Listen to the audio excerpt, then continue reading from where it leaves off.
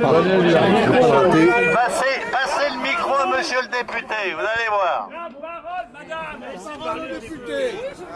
Allez, monsieur le député, on vous écoute.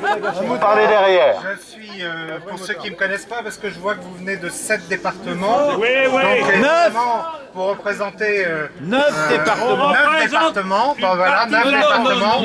Eh ben, très bien, je vous salue. Je suis heureux de vous voir ici à Confolens, petite terre. Près du micro, là. Ben non, mais il parle pas. Voilà. Alors, donc, une fois après vous avoir salué, je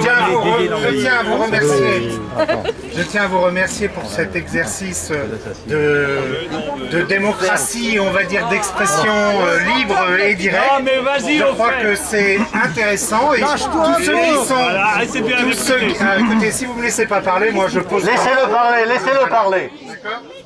C'est mieux parce que si vous êtes là pour dialoguer... Oui, mais allez-y, allez-y, allez-y.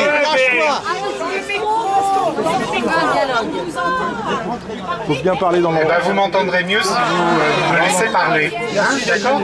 Ok. Donc, ceux qui me connaissent ici, il y en a quand même quelques-uns parce que je vous reconnais.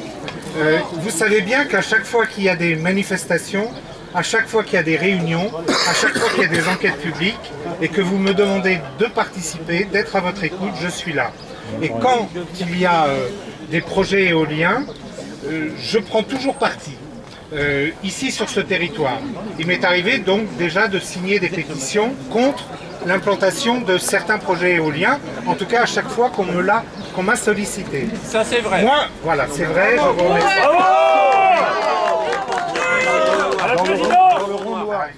Je sais que j'ai pas l'habitude de parler.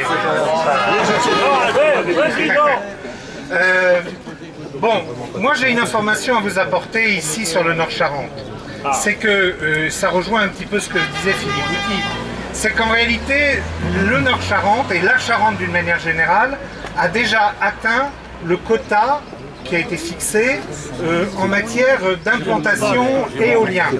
C'est-à-dire qu'aujourd'hui, tous les nouveaux projets éoliens n'ont pas, a fortiori, de raison d'être sur notre territoire.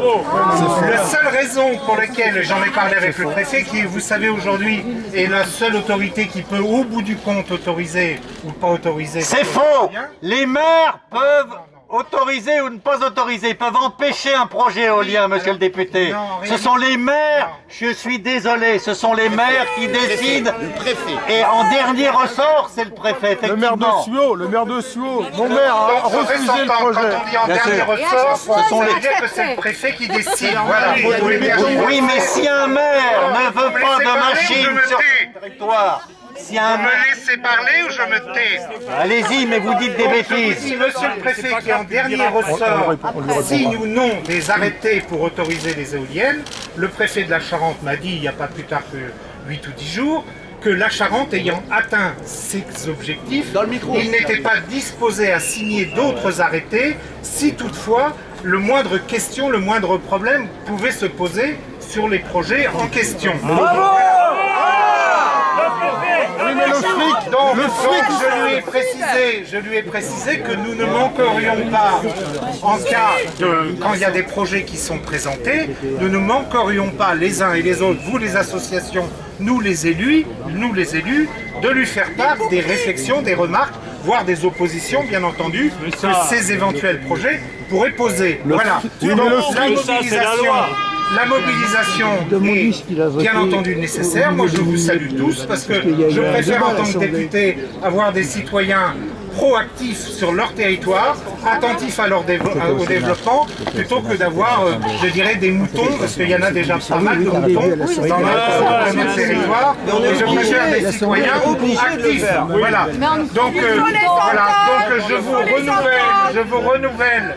Je dirais, mais ce sont les députés, monsieur, qui votent. Mon attention au projet et au combat que vous menez par rapport aux projets qui peuvent survenir sur ce territoire. Eh bien, on verra, mais je serai à vos côtés comme je suis à votre côté. Monsieur le député. Pas la peine de nous isoler quand on est là, parce que allez donc chercher ceux qui ne sont pas là. Voilà, exactement. Monsieur le député, je voudrais vous poser... Monsieur le député, je voudrais vous poser deux questions. Premièrement, vous avez fait une erreur en disant que les parcs éoliens, c'est le préfet qui décide. Je suis désolé. Quand un promoteur éolien vient voir un maire, si ce maire dit qu'il ne veut pas d'éoliennes sur ce territoire, il n'y aura pas d'éoliennes. Et le préfet n'a rien à dire. Lui, le préfet, il intervient à la fin pour signer ou pas le projet éolien. Deuxièmement, vous, en tant que député, nous voudrions savoir si vous êtes pour ou contre l'éolien industriel. Dans les campagnes. Bonne question. Moi, en tant que député, je suis d'abord un citoyen. Je veux dire, le député, il décide pas. C'est le... Oui, mais il dit que... Oui, mais il dit en tant que député, à me prononcer en tant que député pour ou contre les éoliennes. Quand il y a des projets éoliens, sur mon territoire, celles et ceux qui habitent la circonscription, vous êtes quelques-uns, même si vous venez de